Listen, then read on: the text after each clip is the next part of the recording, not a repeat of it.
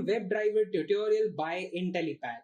Selenium WebDriver is the most important component of Selenium tools suite. The latest release, Selenium 2.0, is integrated with WebDriver API, which provides a simpler and more concise programming interface. In WebDriver, test scripts can be developed using any of the supported programming languages and can be run directly in most modern web browsers.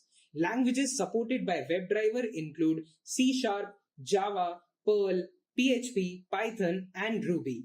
In this session, you will learn all about Selenium WebDriver. So without further wait, let's start the session. But before we begin the session, make sure to subscribe to our channel and press the bell icon so that you'll never miss any update from us. Welcome to this session by Intellipaat. In this session, we will be discussing about the Selenium WebDriver automation. Let's see what is the agenda of this session. We will be discussing what is Selenium WebDriver, features of Selenium WebDriver, architecture of WebDriver, WebDriver versus remote control, benefits of Selenium WebDriver, how to download and install Selenium WebDriver, creating a Python function and executing it, how to deploy WebDrivers for scripting, introduction to synchronization, implicit wait, explicit and fluent wait, and how to automate web elements. Now here comes our first agenda. What is Selenium WebDriver? Selenium WebDriver is the most important component of the Selenium suite. Selenium WebDriver permits you to do cross-browsing testing. It automates testing of web applications. It allows you to choose a programming language to create test scripts. It overcomes the limitations of Selenium remote control. Selenium WebDriver performs much faster than Selenium RC. It makes direct calls to the web browser, whereas RC needs a server. Selenium WebDriver is a web framework that permits you to execute cross-browser tests. This tool is used for automating web-based application testing to verify that it performs expectedly. Selenium WebDriver allows you to choose a programming language to create test scripts. Now let's move on to our next agenda. Features of Selenium WebDriver. First feature that we have here is multiple browser support. Then we have multiple programming language support. Speed is faster than other components. Simple commands which are easy to implement. WebDriver methods and classes. A more concise API than the remote control. Now let's discuss each of these features. What does multiple browser support mean? So basically, WebDriver interacts with the web applications and its web elements in a browser, just like a real user with the use of browser native support to hit direct calls without using any other intermittent device or software. It supports mostly all the web browsers, which include Internet Explorer, Safari, Chrome, Firefox, etc. You can launch any browser with the help of easy commands. Now let's move on to our next feature, which is multiple programming language support. WebDriver supports most of the programming languages like JavaScript, PHP, Java, Python, C Sharp, Perl, Ruby, etc. It also provides us with the freedom to choose any of the programming languages to write our own set of automation test scripts. It also allows using a more efficient way of writing automation scripts, like using conditional statements, switch statements, decision-making statements to strengthen the automation script and make it capable of handling all the situations. Our next feature is speed faster than other components.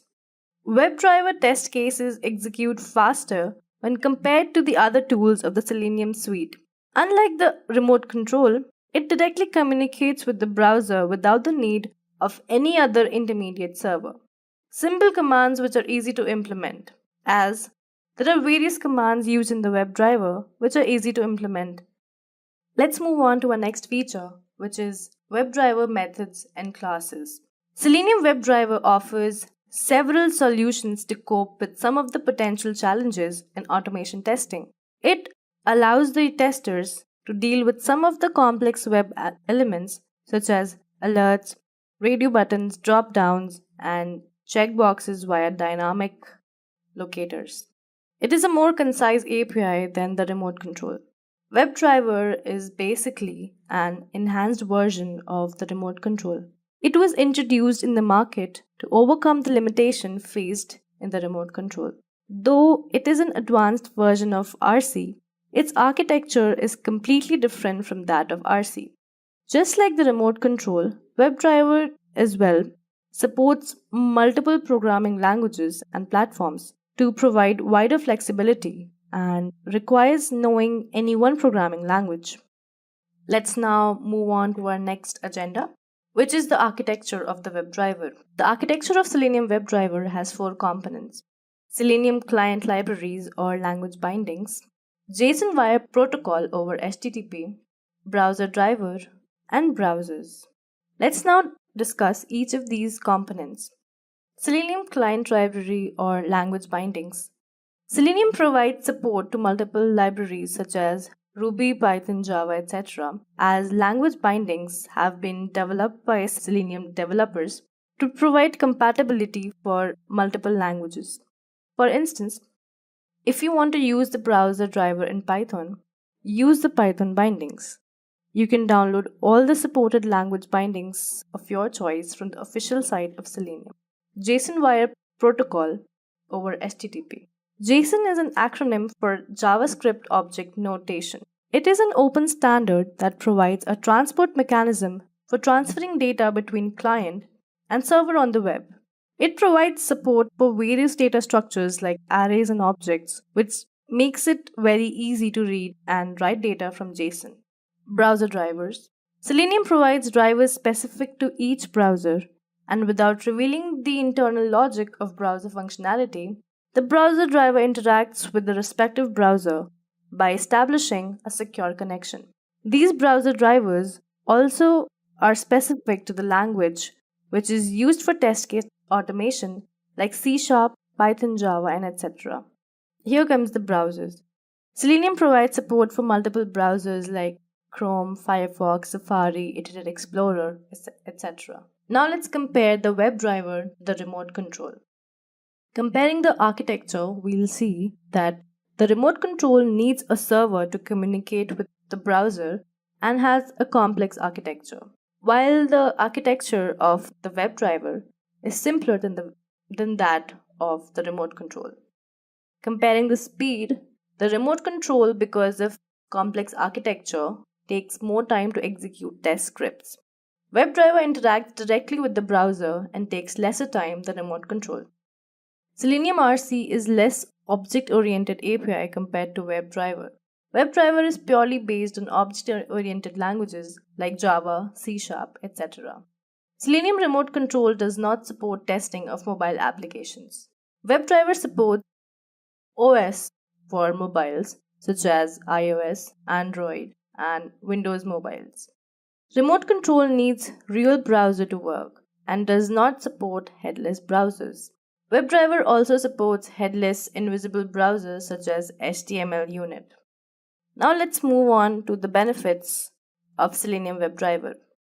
It's popular, open source, and easy to get started with for testing web applications. It supports multiple operating systems such as Mac, Linux, Windows, and Unix. It is compatible with various programming languages including Python, Java, Ruby, Perl, etc. It provides support for modern browsers such as Chrome, Firefox, Safari, Opera, Internet Explorer, etc. It lets you perform cross-browser compatibility testing and completes the execution for test scripts faster than other tools. It also provides compatibility with iPhone driver, HTML unit driver, and Android driver. Now, let's see how to download and install the Selenium WebDriver. Make sure you have Python 3.5 or higher installed in your system. If not, install it first. Check the version as such. Make sure you go to the same location through the command prompt where Python is installed and then install Selenium there itself. You can use the command pip install Selenium. You need to install PyCharm as well to work on Selenium codes. Our next agenda here is deploying WebDrivers. WebDriver is a programmable interface for interfacing with live web browsers. It enables test automation to open a browser, send clicks, type keys, scrape text, and ultimately exit the browser cleanly. WebDriver interface is a W3C recommendation.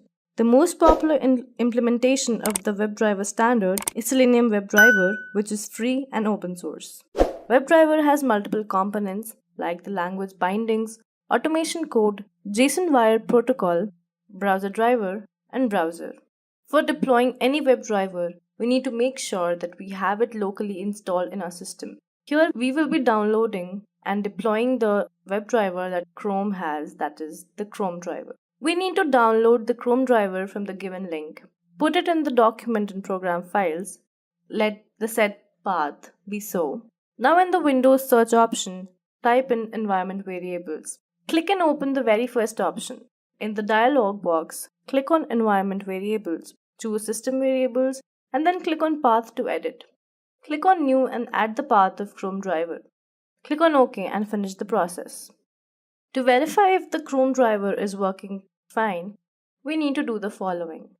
First, we need to open a command prompt and type in Chrome driver. If it is working properly, then a message saying Chrome driver was successfully installed will show up. Otherwise, an error message will appear. Now let's have an introduction to synchronization. It is a mechanism which involves more than one component to work parallel with each other. Synchronization can be classified into two categories. We have unconditional synchronization and then there is conditional synchronization. For unconditional synchronization, in this, we just specify timeout value only. We will make the tool to wait until certain amount of time and then proceed further. For example, wait and thread.sleep. The main disadvantage for the above statements are there is a chance of unnecessary waiting time even though application is ready. The advantage are like in a situation where we interact for third-party systems like interfaces. It is not possible to write a condition or check for a condition. Here in this situation, we have to make the application to wait for a certain amount of time by specifying the timeout value. While for conditional synchronization, we specify a condition along with timeout value so that the tool waits to check for the condition and then come out if nothing happened.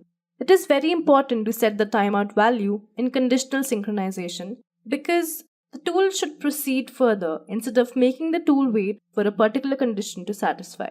In Selenium, we have implicit wait and explicit wait conditional statements. Let's now discuss implicit wait. An implicit wait is to tell the WebDriver to pull the DOM for a certain amount of time when trying to find an element or elements if they are not immediately available. The default setting is 0. Once when we define the implicit wait, it will set for the life of the WebDriver object instance. It is a mechanism which will be written once and applied for entire session automatically.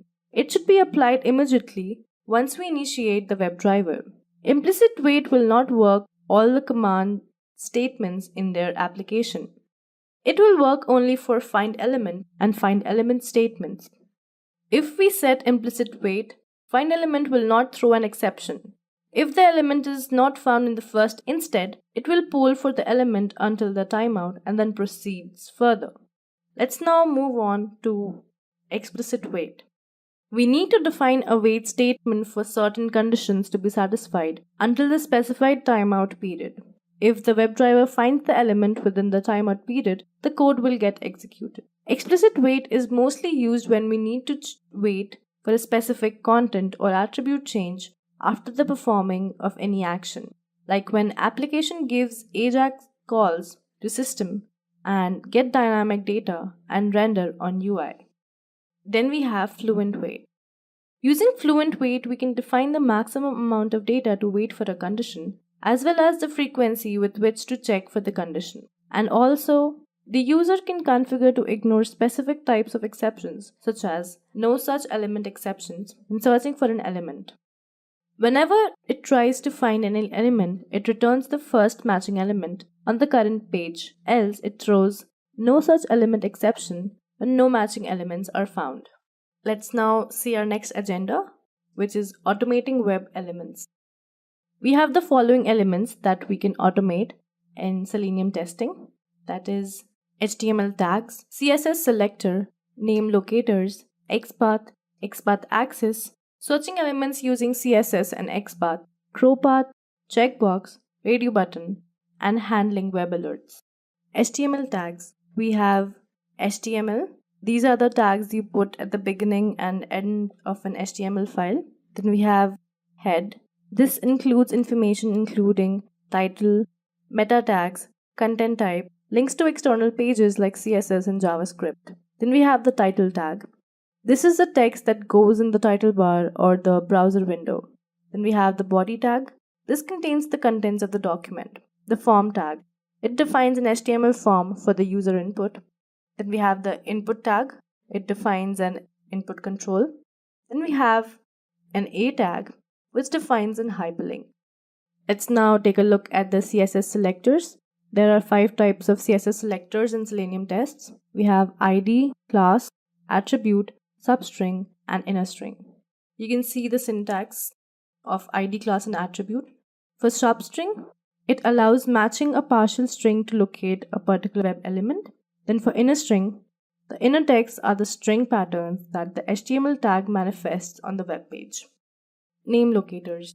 The name locators in Selenium is used to identify the elements of a web page. This attribute can be mentioned as a part of multiple tags like input, button, select, etc. Unlike ID, this may or may not be unique to a page.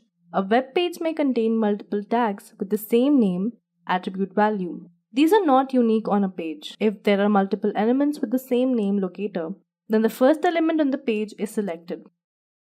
Test may fail if another element with the same name locator is present on the web page or added by the developers in the later stages. Using XPath. XPath is one of the locators used in Selenium to identify elements uniquely on a web page. It traverses DOM to reach the desired element having a particular attribute with or without tag name. XPath access. In XPath, there are 7 types of nodes: elements, attributes, text, namespaces, processing instructions, comments, and document nodes or root nodes. crowpath.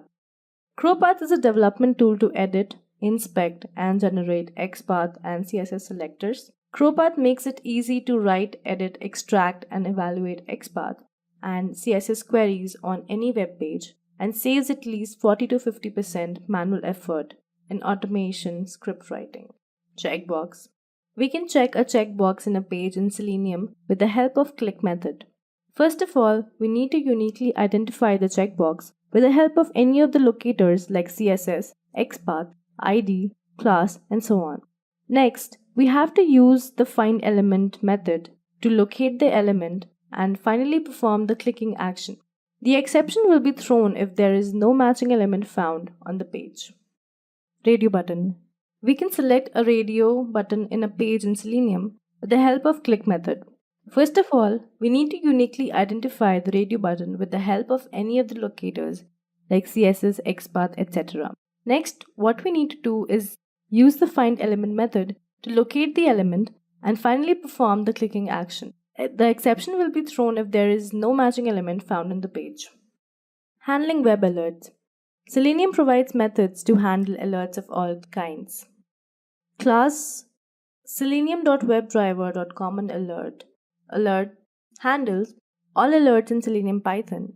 It contains methods for dismissing, accepting, inputting, and getting text from alert prompts. Let's have a hands-on on how to install Selenium WebDriver. The very first step that we need to see here is we need to make sure that we have Python installed in our system. If not, let's just go ahead and install the latest version of Python 3. You can go to the official website of Python and click on the latest version download. Let's see if you already have Python. Let's check the version. As you can see, we have Python installed here and that is the latest version. Let's exit from this. We will now use the pip command to install Selenium and the web drivers.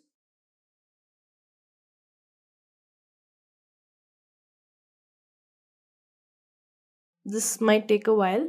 but as you can see, I already have Selenium installed here. The requirement already satisfied is what I get in my command prompt. But this is a command that you use to install Selenium.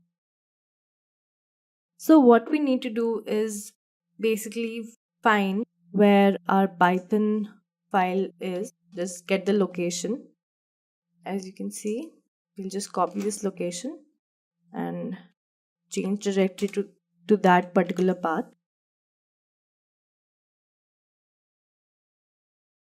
That was the command I showed you earlier to install Selenium, pip install Selenium. But what we need to do is first we need to go to where Python is and install Selenium there. Not anywhere else, but in the same location as Python. Requirement will already be satisfied, but I was just showing you this is where you need to actually install Selenium. Once Selenium is installed in the system, what we need to do is just go ahead and install Chrome's WebDriver, which is known as Chrome driver. I already have that, so it says requirement already satisfied.